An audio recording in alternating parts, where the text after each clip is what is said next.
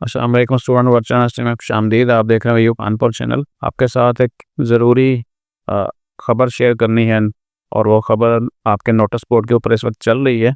तो यूनिवर्सिटी ने वैसे तो ईद से पहले भी एक नोटिस जारी किया था। अगर आप यहाँ पे देखें तो वो नोटिस 23 मई को आया था और उसमें लिखा था कि 26 तारीख को आपके जो ULMS अकाउंट्स हैं ऐसे तमाम स्टूडेंट्स के जिन्होंने फ़ीस पे नहीं की होगी या आउटस्टैंडिंग ड्यूज़ पे नहीं किए होंगे उनके अकाउंट्स ब्लॉक कर दिए जाएंगे। लेकिन तब हुआ नहीं था और उसकी वजह ये थी कि बीच में एक तो एग्ज़ाम चल रहे थे, फिर ईद आ गई और यूनिवर्सिटी ने ब्लॉक नहीं किया था। अब दोबारा से यह नोटिस आ चुका है और उसमें जो लिखा है 13 जून को आया कल की तारीख में, और इसमें जो अब डेडलाइन दी गई है वो 17 की है। यानी 17 को ऐसे तमाम स्टूडेंट जिनकी फ़ीस पेंडिंग होगी 17 जून से पहले पहले यानी 16 जून से पहले पहले, तो जून की जो फ़ीस की तारीख है वो 11 जून बनती है। उसके बाद जुलाई और अगस्त और सितंबर को फ़ीसें तो आपसे एडवांस में नहीं मांगी जाएंगी, पिछली फ़ीसों के ऊपर ही ब्लॉक होता है। तो ये 17 लास्ट डेट है, 17 को आपके अकाउंट ब्लॉक हो जाएंगे और इससे पहले आपको तमाम फ़ीसें जमा करानी है। अब अगला सवाल ये है कि फ़ीसें कितनी जमा करानी चाहिए और जो अकाउंट्स वगैरह में आपके अकाउंट्स में फ़ंड वगैरह आ जाते हैं तो वो क्या उनको भी जमा कराना ज़रूरी होता है? तो मैं सिंपल तो हर वीडियो में ये बात बताता हूँ जो फ़ीस के रिलेटेड होती है। अब दोबारा से एक दफ़ा आपको समझा देता हूँ कि अगर आपने फ़ंड वगैरह जमा नहीं कराए होते तो वो किस तरह से आप उनसे बच सकते हैं। बच सकते से मुराद ये नहीं है कि आप उनको बिल्कुल ही जमा नहीं कराएंगे, लेकिन अगर फ़िलहाल इस सेमेस्टर में नहीं कराते, अगले में नहीं कराते, तो बाज़ औक़ात डिग्रीज़ आपकी 8 सेमेस्टर तक चलती है और बिल्कुल लास्ट सेमेस्टर में भी जाके जमा कराए जा सकते हैं। बीएड वालों के 3 सेमेस्टर होते हैं, लास्ट में जमा करा सकते हैं।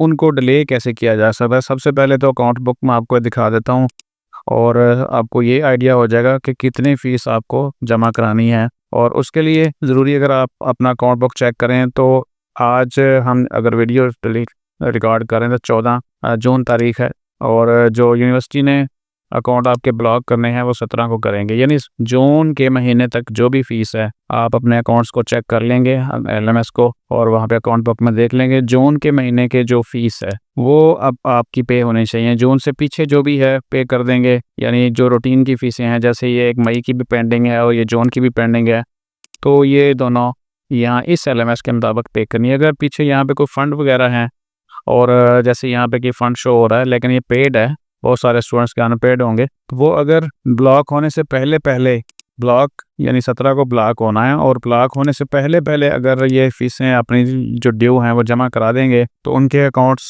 जो हैं वो फंड्स आपके जो LMS में आते हैं उसकी वजह से ब्लॉक नहीं होंगे। लेकिन फ़र्ज़ करें ये जो स्टूडेंट हैं जो भी हैं वो फ़ीस जमा नहीं कराते और इनका अकाउंट ब्लॉक हो जाता है और पीछे अगर कोई फ़ंड वगैरह जमा इनके पेंडिंग पड़े हुए हैं, चाहे वो 500 है, 1000 है या 2000 है, वो सब के सब फिर आपको एक तो जमा कराने होंगे सारे फ़ीसें रूटीन के साथ और जो फ़ंड होंगे वो भी जमा कराने होंगे। और इसके अलावा जिन लोगों ने रीशेड्यूल किए हैं पेपर, वो फ़ीस भी अकाउंट्स में आ जाती है, तो वो भी आप पे करनी होगी अकाउंट ब्लॉक होने से पहले पहले। तो यहाँ अगर सिर्फ फ़ंड की बात कर लें तो इसी सूरत में बचा जा सकता है कि अगर आप बाकी जो फ़ीसें हैं फ़ंड के अलावा सब्जेक्ट जो अगर फ़ेल हुआ था, फ़ेल से मुराद है कि आपने पेपर रीशेड्यूल किया है वो वाले, और जो रूटीन की फ़ीसें यहाँ पे देखें तो रूटीन की फ़ीसें शो हो रही हैं।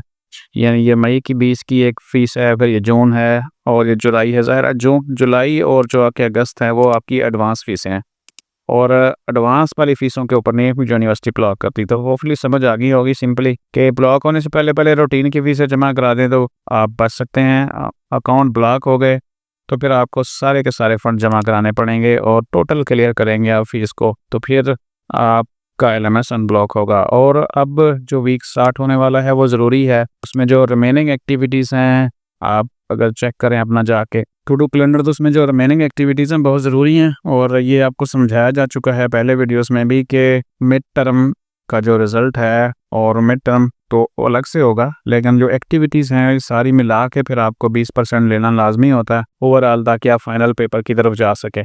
तो ये एक्टिविटी बहुत ज़रूरी है, इसलिए अकाउंट ब्लॉक होने से बचाएं, फ़ौरन फ़ीसें पे करें, ईजी पैसा को प्रेफर करें। और थोड़ा सा मैं दोबारा से आपको गाइड कर दूं कि ईजी पैसा से कैसी जमा करानी होती है। ईजी पैसा यहाँ पे अकाउंट बुक में जाते हैं और यहाँ पे अगर हम इसको देखें लास्ट में हमने अगर फ़ीस 20 मई वाली जमा करानी है, जून 11 वाली जमा करानी, तो यहाँ पे आपको एक चालान आईडी नज़र आता है। इस चालान आईडी को नोट करके आप इजी पैसा ऐप के अंदर जाके फीस सेक्शन में वर्चुअल यूनिवर्सिटी आता है, तो आपने यकीनन आप सीख चुके हैं, उसमें ये आपने चालान आईडी इंटर करनी है। इसके अलावा बहुत सारे लोग ये गलती कर लेते हैं कि यहाँ पे जो अकाउंट नंबर है यहाँ पे HPL का दिया हुआ 0022427900065103 इसके अंदर ट्रांसफ़र कर देते हैं। इस अकाउंट के अंदर बराह रास्त फ़ीस ट्रांसफ़र नहीं करनी, आपने हमेशा यहाँ पे जो दी गई है चालान आईडी वो इस्तेमाल करनी है ऑनलाइन पेमेंट्स के लिए। तो जल्द अज जल्द फ़ीस पे कर लें अपनी, इससे पहले कि आपके अकाउंट्स ब्लॉक हो जाएं। अपना ख्याल रखें। अल्लाह हाफ़िज़।